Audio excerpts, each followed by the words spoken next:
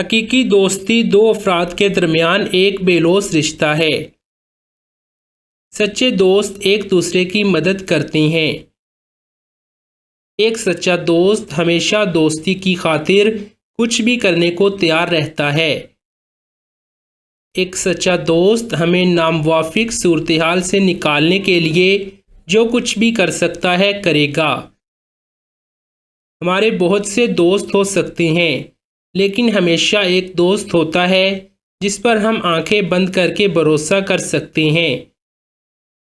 वो वही है जो हमारे लिए हमेशा मौजूद होता है। एक सच्चा दोस्त हमेशा हमें गलत रास्ते और बुरी आदतों से बचाता है। एक सच्चा दोस्त सैकड़ों खुदगर्ज दोस्तों से बेहतर है। दोस्ती जिंदगी का रिश्ता है। सच्चे दोस्त एक जवाहर हैं और इन्हें जिंदगी भर पालना चाहिए।